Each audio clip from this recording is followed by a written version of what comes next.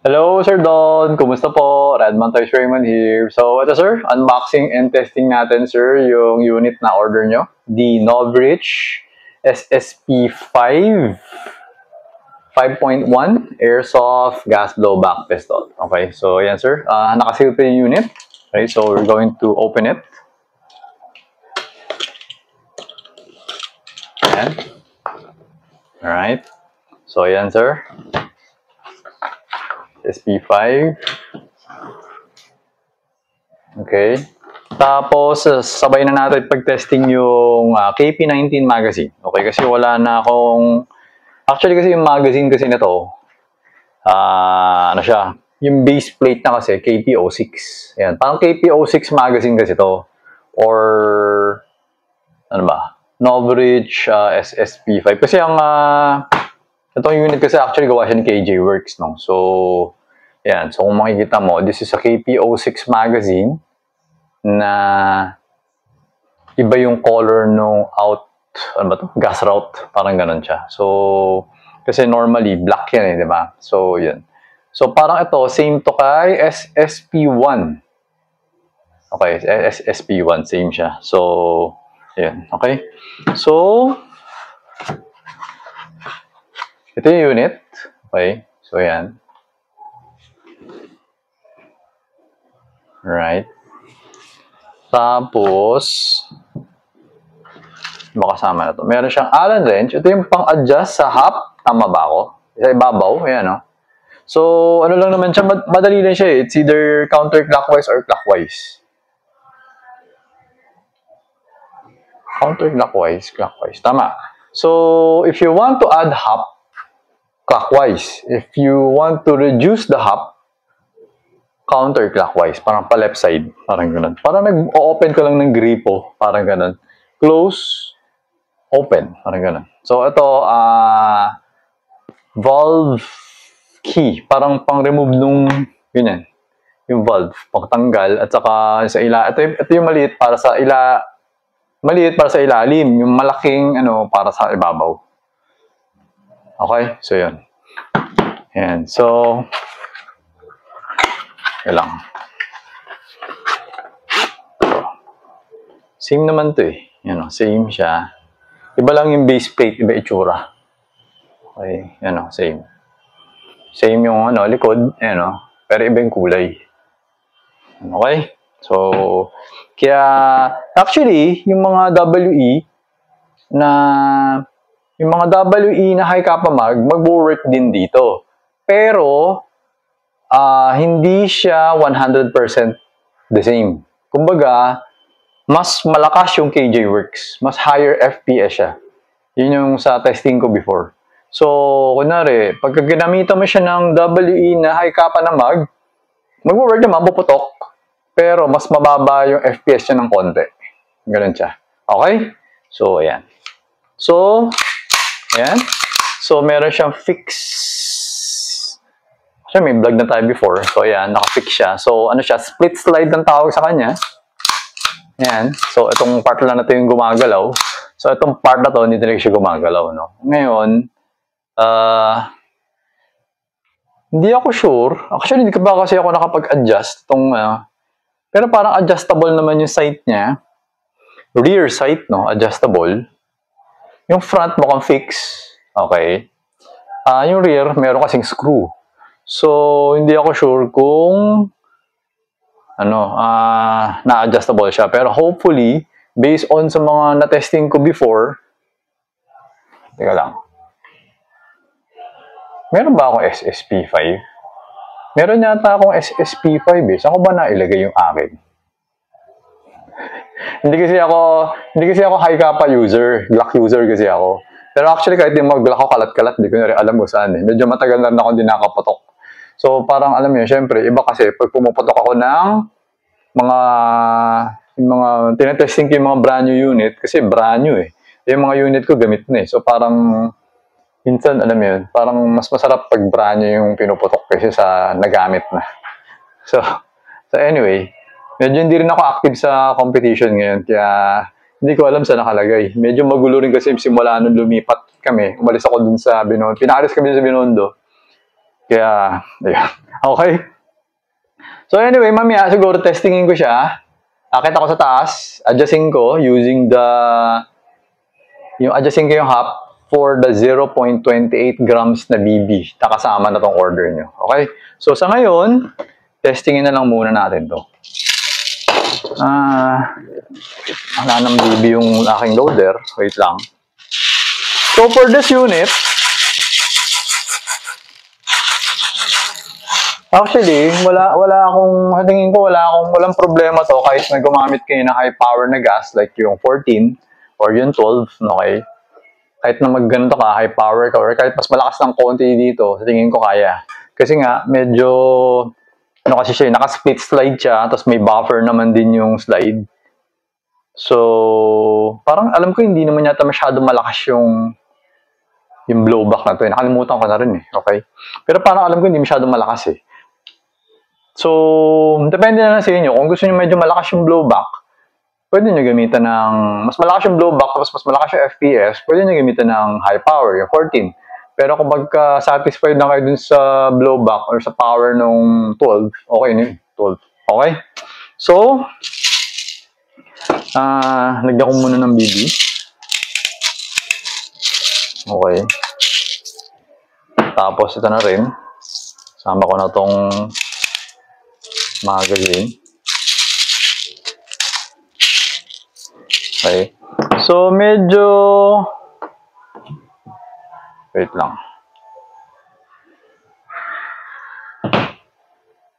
Parang pareho ba to? Hindi ako sure kung parang pareho. Pero for the KP19, pag lalagyan mo siya ng... hindi. Medyo iba ilalim. So, for the KP19, kailangan aalisin mo tong ibabaw. Yan. So, sprayan ko na rin to para mas lumambot. Yan. Para mas mabilis ibaba, no? Okay. Pero for this one, hindi na kailangan ibaba. Kasi iba yung niya Iba yung ilalim. Yun lang naman. Iba yung design. So, mas mahaba kasi yung to. Yan, mas mahaba yung base. Iniba nila yung design ng base Yung ibabaw parehas. Parang siya, parang may isang unit ba? Ano unit ba isang araw? Nakalimutan ko isang unit. Ano ba yung unit na nakuha sa akin kahapon? Parang ganyan Nakalimutan ko na. Kung ano yung kinuha kahapon. Bato, dami kong ginagawa kasi. So anyway, lagyan na natin ng gas para matesting na natin. Kaya lang, higpitan ko lang.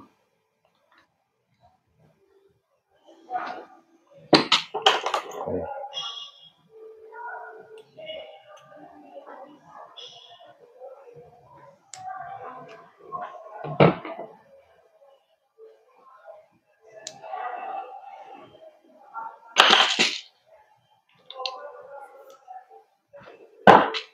Okay, ito nalagyan ko na ng gas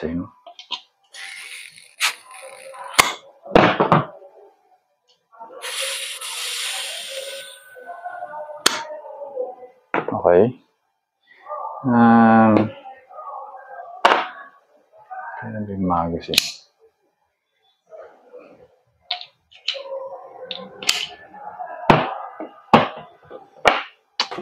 Papawisa naman yung kamay ko.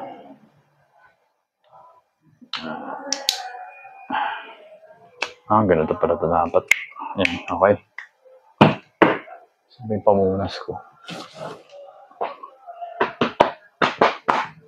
Okay, turning on the chronograph. Alright. So, unahin natin yung stock mag. Okay. 340.4. 0.20 grams BB. Mahina lang yung blowback na Sakto lang. Parang, parang wala masyadong blowback actually. So, parang, hirap explain. 337. Basta mahina lang yung blowback niya. Hindi siya katulad ng mga typical na ano. Parang more on yung force niya, parang nandito na sa harap eh. Kasi lumalabas yung BB. 335. So, 333. Okay. So, 322.3. Okay. So, okay na to. Teka. Kung ako puputok. Tingnan ko kung naka-zero ba to.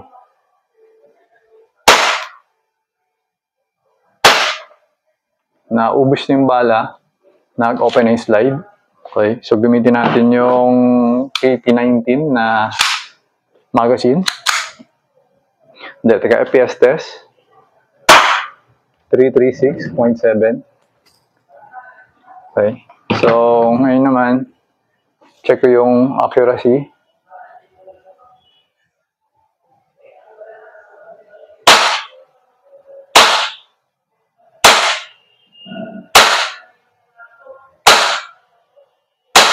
Hina lang nga yung blowback niya. So, 2.5 meters using 0.20 grams BB, number 12 gas, target size 2 inches, lahat ng pinuto ko nandun sa loob. No? Ano siya? Groupings is siguro 1.5 inches. Yun yung groupings niya. Hindi siya nag-one hole eh. So, medyo siguro mga ganun kalaki. So, medyo may yan dyan, may yan dito, may yan dito. Okay, so this is 0.2. Okay, basahin kamay ko. 0.2. So, syempre, mas maganda kapag heavier BB. Hindi ko alam kasi kung mahigpit yung half na to eh. Kasi alam ko, yung half up na to, yan, nakita mo, purple. Ibang klase siya, hindi siya ordinary na half up rubber. So, pwede siyang increase, no? So, hindi ko alam kung medyo naka-increase yung half na to or naka-low. Kaya ganyan yung groupings. Okay. So, nakakit na ako sa taas. Tapos, i-adjust ko na siya for the 0.28 gram BB. Okay. Pero hindi ko na mabablog kasi masyado nang maraming dadalhin. Dadala na lang siguro ko ng target. Taka yung barrel. Saka lalagyan ko na siya ng 0.28 grams na BB. Saka dadalhin ko yung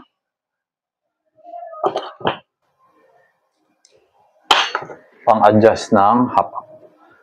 Dala ko ng Allen wrench. You know, wala pa akong Allen wrench dito na kasya. Teka lang. Meron to. Parang hindi ko na gagamitin yung sa inyo. Okay? So, meron ako dito. Okay. So, ayun, sir. Hello, Sir Don. So, eto, sir. Nagbago yung isip ko. Naisip ko wala naman pala masyadong iaakyat. Yung target lang naman din. Saka yung tripod na may cellphone. So, inakyat ko na. Okay. So, ito. I-testing na natin or mag-adjust tayo yung half. Check natin to make sure na yung BB 0.28 diretso. Okay, so dinala ko yung dalawang magazine. So ito, okay, testingin natin. Hindi ko lang alam kung may hirapan ba ako o hindi. Okay, so wait. Okay, so ito na. 0.28 na to. Okay, so ayan. Loaded na to.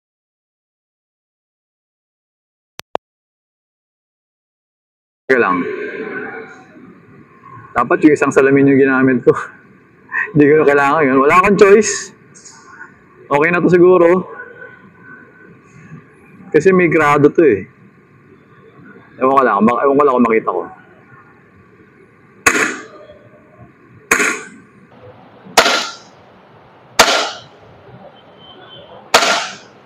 Actually, out of the box, 0.28 pataas yung BB. So, kailangan natin siyang i-reduce. Okay, kaya kanina, pumuputok ako yung groupings dun sa 2.5 meter, ano ba siya? Parang medyo malaki, no? Kasi nga, parang sobra yung half. So, kailangan bawasan. Kasi pag bumabaril ako, pagdating sa isang point, umakyat eh. So, kailangan reduce. Okay, so tiga, subukan ko mas malayo. Kita nyo naman yan. Hindi ko nakita. Dito tayo. Reduce. Konti-konti lang. Pataas pa rin.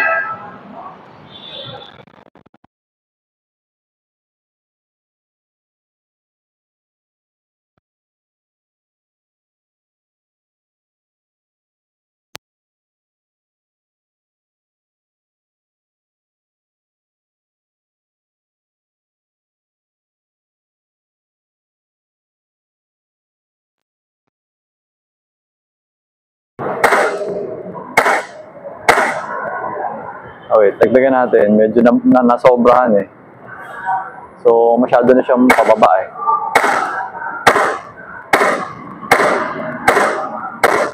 Yan, ito medyo okay na to. Okay? Ngayon, wait, ano gagawin natin? Wala kasi akong ano eh, parang table. So, teka, removing the magazine. Pasok ko muna sa bulsa ko. Baka mahulog natin. Okay. So, meron pa ako isang magazine dito. Tapos yung target natin na steel plate, nilagay ko siya 10 meters away.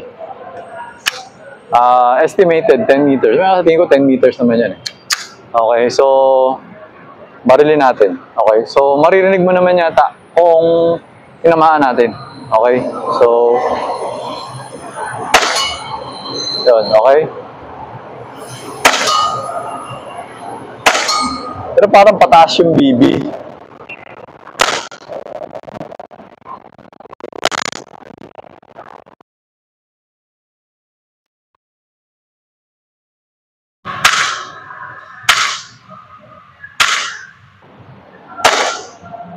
Merong BB umaangat, merong BB diretso. Kasi hindi yata parehas lahat ng size ng mga BB eh. Parang ganun eh. Ito, umangat eh. Ay, hindi ko pala tina-target yung ano tinitingnan ko yung BB. Ito, diretso eh. So, hindi. Ito, babaraling ko na yung plate.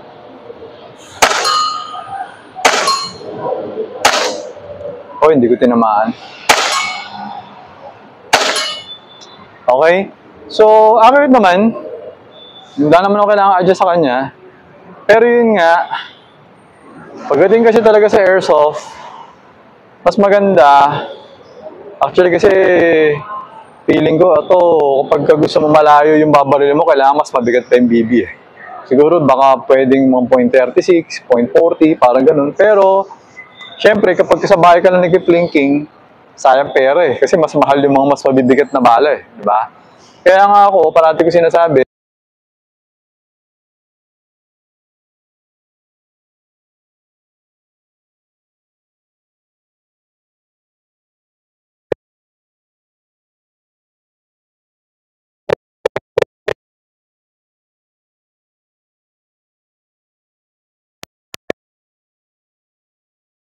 di ba? Pero, liitan nyo lang, tapos lapitan nyo lang. Siguro mga 4 meters. Tapos gawin yung, kapag gawin nyo siguro mga 2 inches yung target, o kaya 3 inches.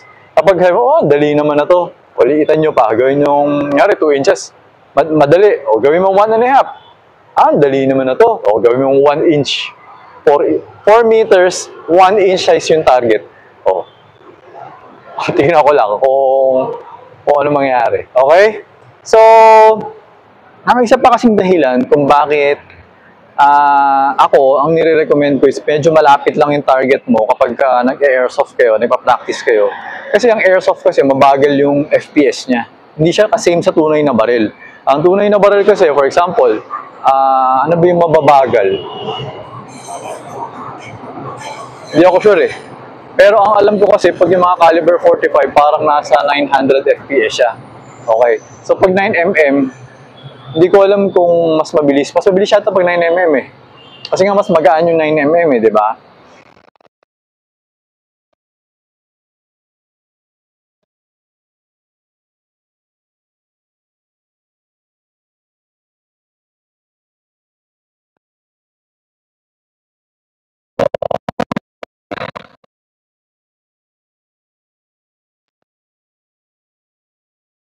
Google nyo, FPS of caliber 45 gun, parang ganon, ammo. Makikita mo, alam ko, nasa 900 FPS.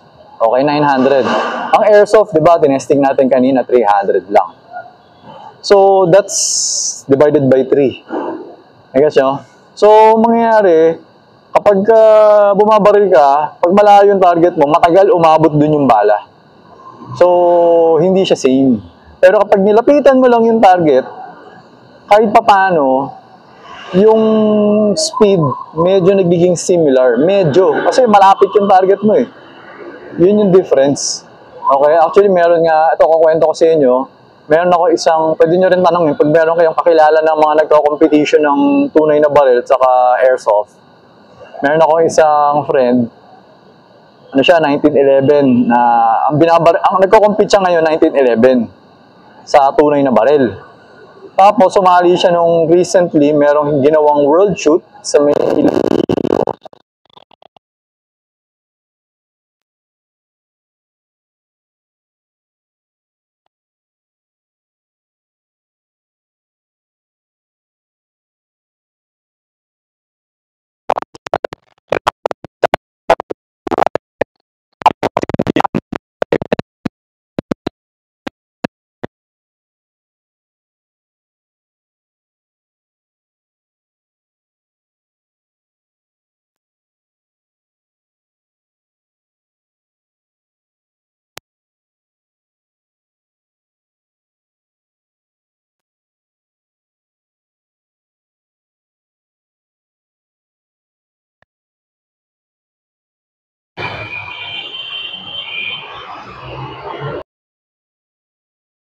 nawawala yung parang nawawala yung ilaw ng mic. So anyway, tinanggal ko na. So ayun Sir Don, okay na tong unit mo. I'm going to pack it and I'm going to ship it to you. Okay? So ayun sir, thank you for your order. Until next transaction po, always remember to stay safe, stay great, be good, and be thankful always. God bless po sir. Bye-bye.